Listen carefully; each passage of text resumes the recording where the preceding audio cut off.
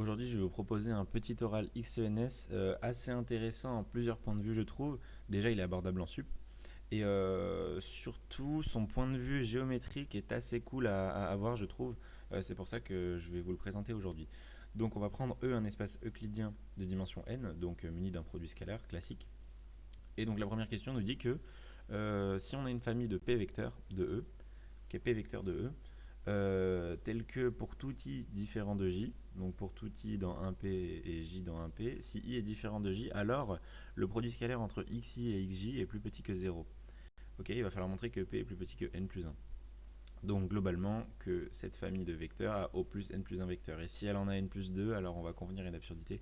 Et c'est plutôt comme ça qu'on va voir le raisonnement. Et ensuite, la deuxième question qu'on traitera juste après, mais c'est pour montrer que l'inégalité est optimale. Et même, on va faire ça un peu plus fort, car on va montrer qu'on peut trouver des vecteurs. On peut trouver n plus 1 vecteurs unitaires, tel que le produit scalaire entre deux vecteurs distincts soit égal à moins 1 sur n, tout le temps. Et donc ça, c'est assez cool comme exercice de construction. Donc, déjà, on va avoir le point de vue géométrique. Euh, pour cette première question, on va essayer d'aborder le point de vue géométrique, comment ça fonctionne simplement. Donc, si on prend un espace de dimension 2, donc on va tracer typiquement R2, voilà, et on va essayer de tracer trois vecteurs tels que leur produit scalaire respectif, enfin leur produit scalaire 2 à 2, soit plus petit que 0 tout le temps. Donc, si on prend par exemple ce vecteur, ce vecteur ici, on va dire, voilà, ce vecteur, ici, ça va être notre premier. Et donc, on sait que le produit scalaire sur R2, on peut le définir par, je crois que c'est x1, x2, enfin, en gros, c'est le cosinus entre les deux. Si on prend x, xy, c'est la norme de x fois la norme de y, je crois, parce qu'on l'utilise jamais, fois le cosinus entre les deux. Cosinus entre x, y, voilà. Et donc ça, c'est toujours positif. Ça, c'est positif. Et ça, c'est négatif que si l'angle entre les deux est plus grand que 0. Donc là, on va prendre un angle ici plus grand que 0 déjà pour trouver le deuxième. Donc là, ici, déjà, entre les deux, on a un produit scalaire négatif. Et ensuite, le dernier, on va le mettre ici, en fait. Pourquoi? Parce que là, du coup, bon, là, on est quasi à 90 degrés, donc j'aurais dû faire un truc un peu plus visuel. Voilà, là, on a bien un produit scalaire négatif car l'angle est plus grand que 90 degrés. Et ici, ça va être pareil.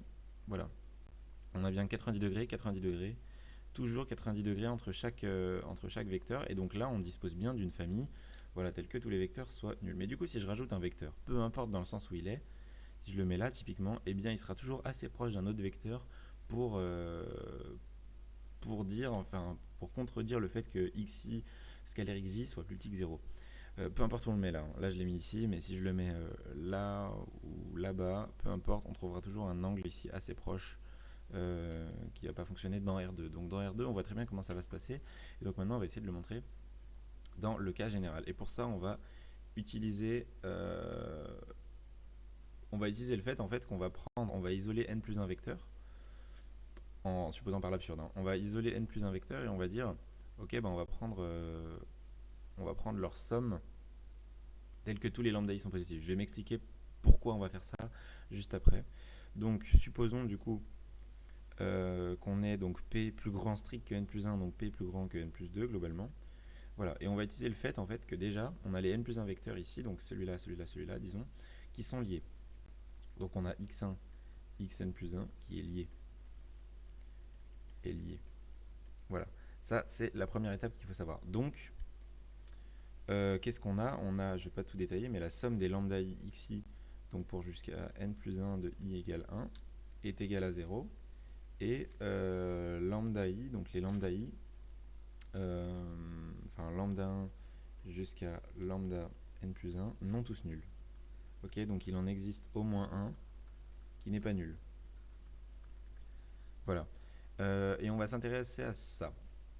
Maintenant, ce qu'on va faire, c'est qu'on va trier en deux parties les éléments. En gros, on va dire, on va poser i, l'ensemble des indices, donc de 1, n plus 1, tel que du coup lambda i soit strictement positif.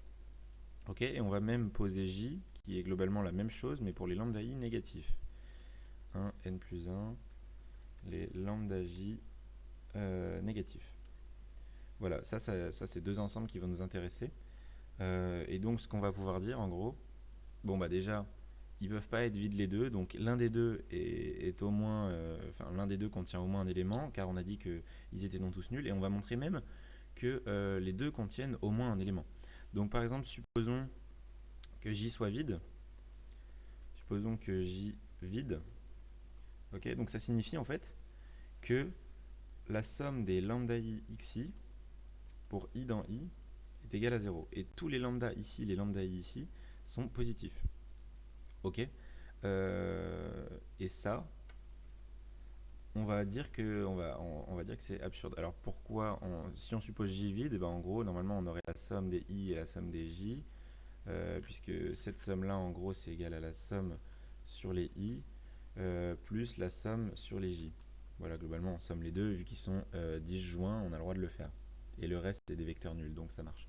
Bref, si on fait ça, on va convenir à une absurdité. Pourquoi? Parce que si on fait maintenant un scalaire avec xn, xn plus 2, ce qu'on a le droit de faire vu que xn plus 2, on ne l'a pas encore traité. Ça, c'est toujours égal à 0, ok, pour i dans i. Et donc ça, en fait, c'est plus petit que 0. Et donc, ça, c'est plus grand ou égal à 0. Donc, qu'est-ce qu'on en déduit? Tous ces trucs-là sont plus petits que 0. Donc, ça signifie que tous les lambda i égale 0 pour tout i. Pour tout i dans i, on obtient lambda i égale 0. Parce que s'il y en a un qui est strictement positif, alors ce truc-là sera négatif. Donc tous les lambda i sont 0, ce qui implique que la famille des x1 jusqu'à xn plus 1 est libre. Ce qui est absurde. Ce qui est absurde. Alors pourquoi cette famille en entier? Car en fait tout le reste des éléments sont... Enfin en fait non, c'est pas vraiment que ça implique c'est libre, excusez-moi. C'est juste ça, c'est absurde car on avait supposé qu'il y en avait un qui était non nul. Absurde car tous les lambda i, car pour tout i de i, les lambda i sont positifs par définition de i. Donc on a i et j non vides. Donc i et j sont non vides. Et du coup on va pouvoir poser, un vecteur qui va nous intéresser, vous allez comprendre juste pourquoi, x, qui va être la somme des lambda i xi, donc pour i dans i, et en fait on va pouvoir dire aussi que c'est égal à moins la somme des lambda j xj. Ok. En gros on sépare les deux. Globalement on avait quoi? De base on avait la somme des i pour i des lambda i xi plus la somme des j dans j des lambda j xj égale 0. Bon bah ça on le passe de l'autre côté et on dit ok c'est ce vecteur là. Et donc on va juste réindicer la chose, on va dire en fait que ça c'est plutôt des mu j.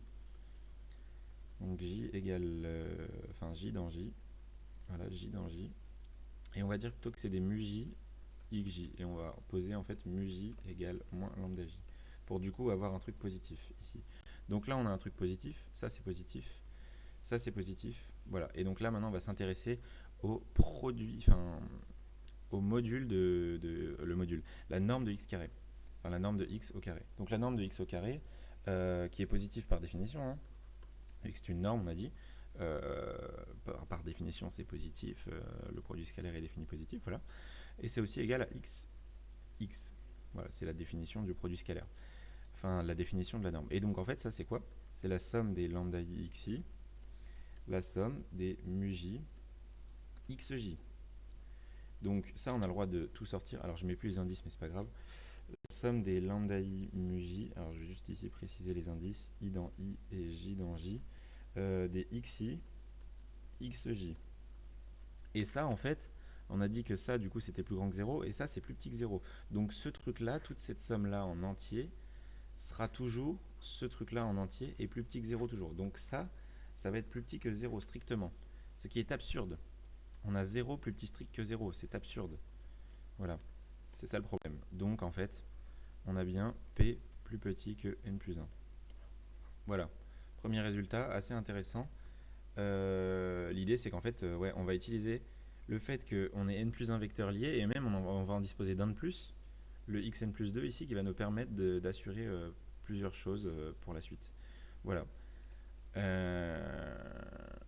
Et donc on va passer à la question 2. Donc la question 2, je rappelle, il faut montrer qu'il existe x1, xn plus 1, une famille de vecteurs unitaires de E, et bien unitaire c'est important, tel que pour tout ij, Si i est différent de j, on est bien xi scalaire xj est égal à moins 1 sur n. Voilà, pas facile à démontrer, mais on va le faire. Et on va procéder pour ça par récurrence sur la dimension de notre espace. En gros, l'idée, je vais rappeler notre idée. Si on prend un espace, je vais prendre de dimension 2 typiquement.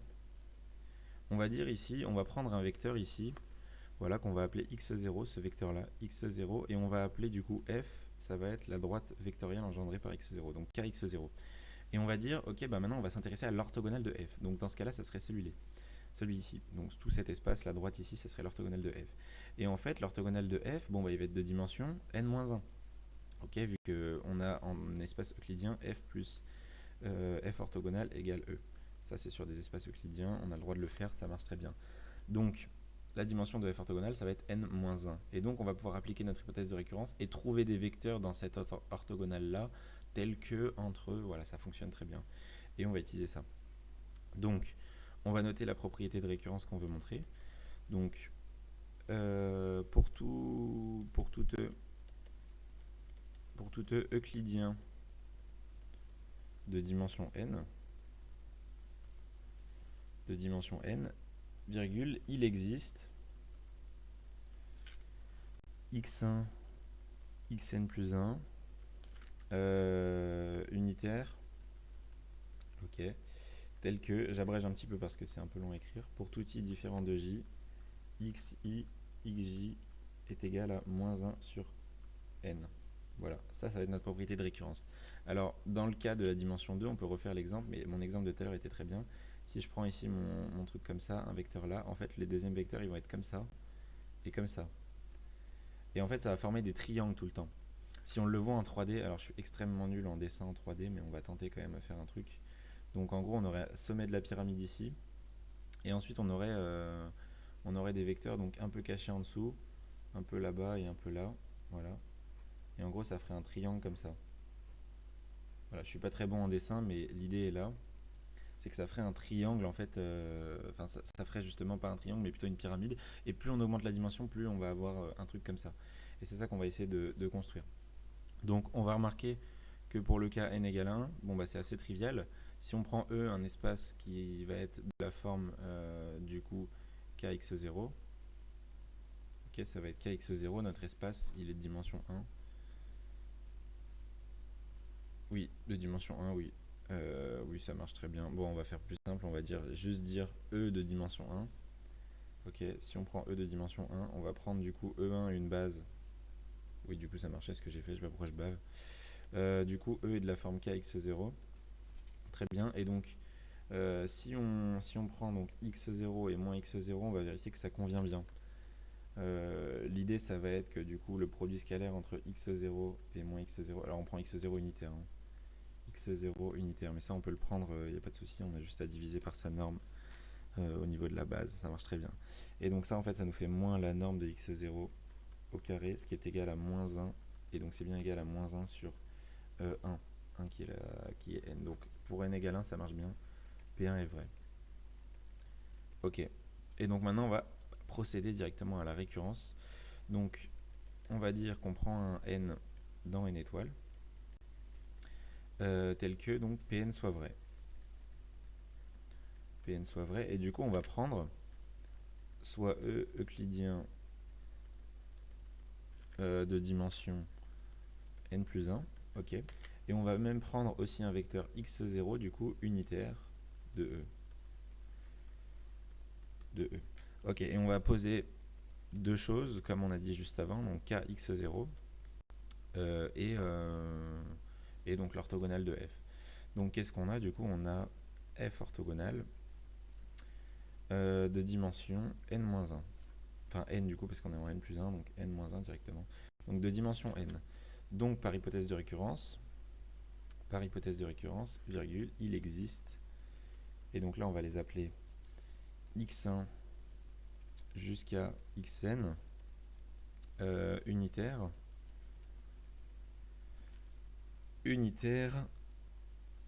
de f orthogonale évidemment, tel que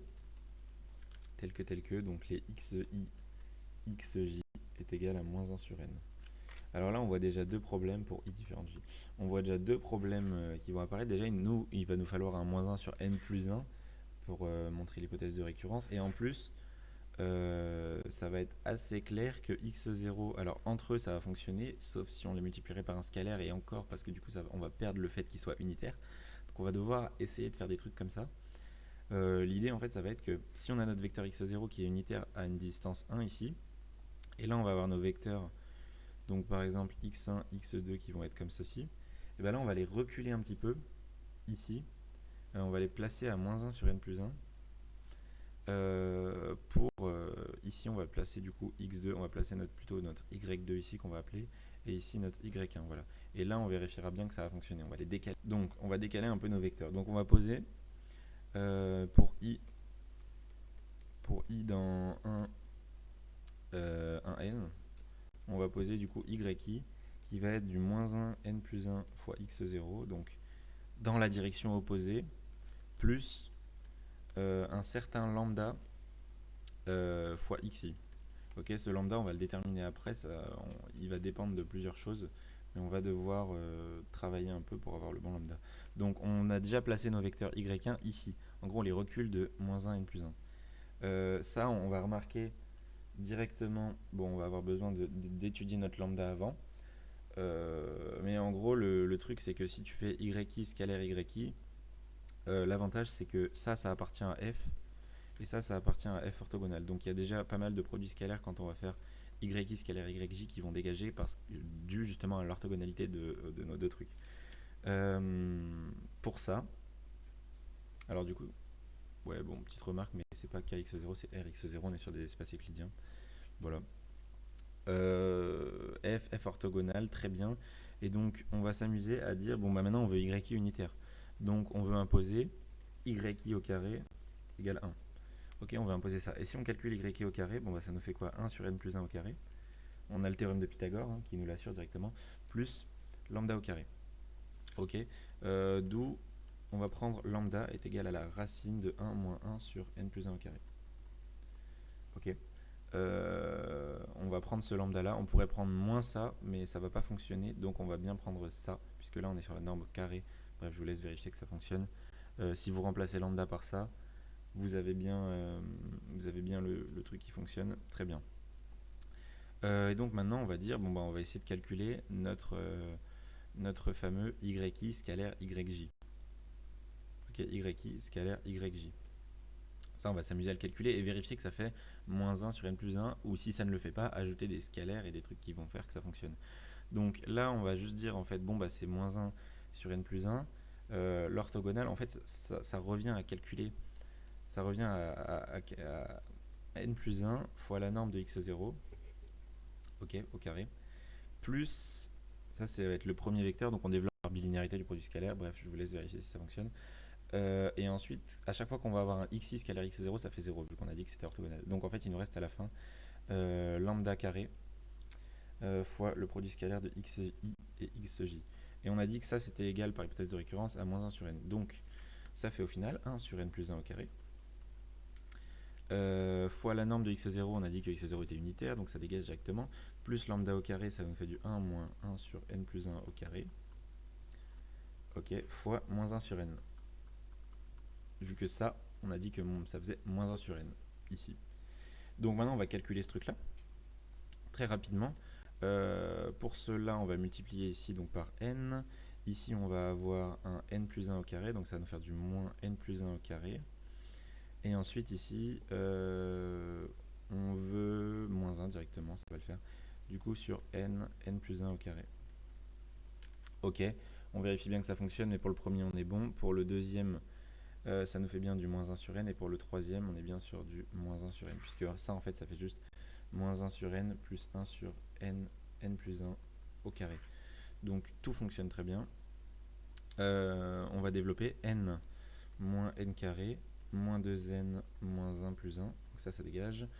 Ça nous fait juste du moins n sur n plus 1 au carré. Et en fait, on va remarquer que ça fait bien moins 1 sur n plus 1. Ok, pourquoi? Parce que là, il nous reste moins n carré moins n, ce qui fait du coup moins n plus 1 sur n plus 1 au carré, et voilà, vous vérifiez bien, ça fait bien moins 1 sur n plus 1. Donc on a déjà ça. Maintenant, on peut vérifier aussi que notre yi, parce que là, c'est tous les... On a les n vecteurs, ça fonctionne pour les i, pour i et j dans 1n. Ok, mais maintenant, on va poser... Alors déjà, on pourrait poser pour plus d'homogénéité y0 égale x0, voilà, comme ça, on va s'amuser à étudier la famille x0 jusqu'à xn, enfin yn plutôt. Et donc on va vérifier maintenant que yi scalaire y0 fait bien moins 1 sur n plus 1. Et pour ça, bon bah yi moins 1 n plus 1 x0 plus lambda, je vais toujours le laisser lambda, fois xi scalaire y0 qui est x0. Donc là déjà, on va développer, ça fait moins 1 sur n plus 1 fois la norme de x0 au carré. Ça fait bien 1. Et ensuite, il nous reste le deuxième produit scalaire, lambda x1, x0, sauf pareil. Ça, c'est dans l'orthogonale de f, et ça, c'est dans f, donc ça fait 0. Et donc, ça fait bien moins 1 sur n plus 1. Donc, ça signifie bien que pour tout i j dans 1 n plus 1, ok, si i est différent de j, on obtient bien yi scalaire yj égale moins 1 sur n plus 1. Et donc, Pn plus 1 est vrai. Ok, Pn plus 1 est vrai. Ce qui va conclure directement notre démonstration. On a bien le cas d'égalité ici. Ça fonctionne très bien. On a bien des vecteurs unitaires de E tels que tout ça. Voilà. Si ça vous a plu, n'hésitez pas à interagir avec l'espace commentaire. Et au revoir.